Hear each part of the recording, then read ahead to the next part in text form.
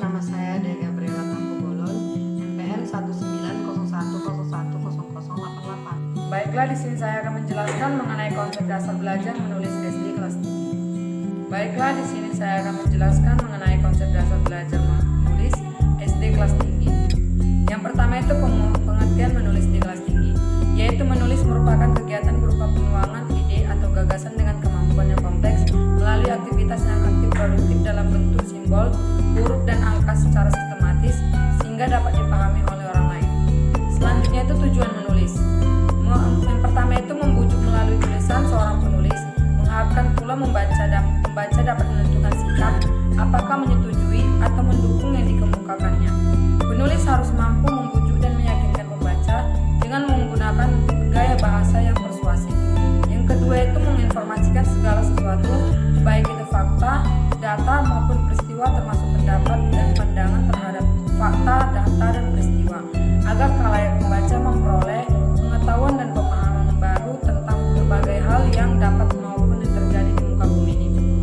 Selanjutnya itu fungsi menulis, membuat tentang suatu proses pemikiran, gagasan yang dituangkan dalam kalimat atau paragraf yang dapat dianalisis penulisannya. Menulis dan proses berpikir berkaitan erat dalam menghasilkan suatu karangan yang baik.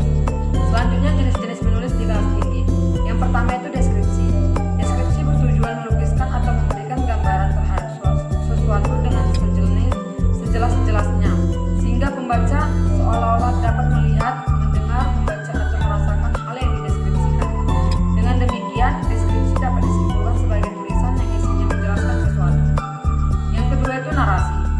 Wacana yang menceritakan proses kejadian, tujuannya adalah memberikan gambaran sejelas-jelasnya kepada pembaca mengenai fase, langkah, urutan atau rangkaian terjadinya sesuatu hal. Yang ketiga itu argumentasi. Argumentasi adalah ragam wacana yang dimaksudnya untuk meyakinkan pembaca mengenai kebenaran yang disampaikan oleh penulisnya. Bisa disebut sebagai tulisan eksposisi yang khusus. Penulis berusaha untuk meyakinkan atau membujuk pembaca. Hal ini dimasukkan agar pembaca percaya dan menerima apa yang dipaparkan oleh penulis. Yang selanjutnya itu eksposisi. Ragam wacana yang dimaksudkan untuk menerangkan, menyampaikan atau menguraikan sesuatu hal yang dapat memperluas atau menambah pengetahuan dan pandangan pembacanya, yang isinya menyampaikan atau memaparkan sebuah informasi. Tulisan ini disampaikan secara jelas dan dapat disertai data-data yang konkret. Selanjutnya itu persuasi.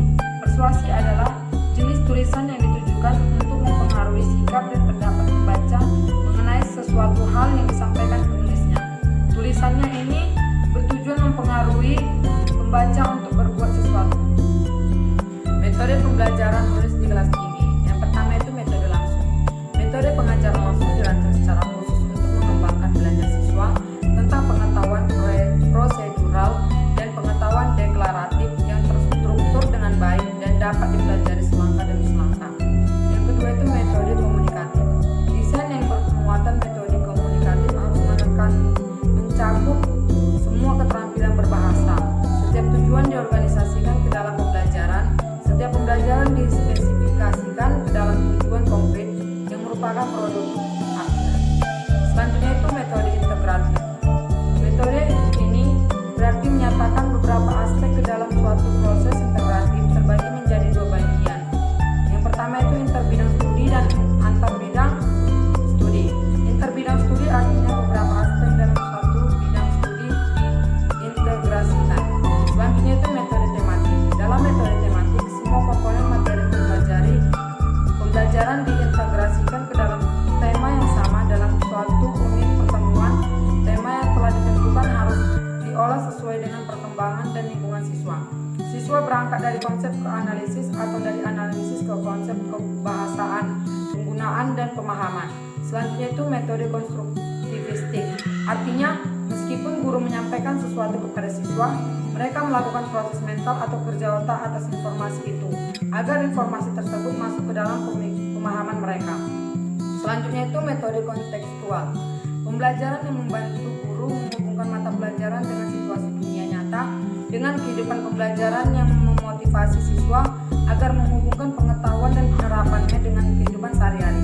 Metode ini dapat diterapkan dalam satu pembelajaran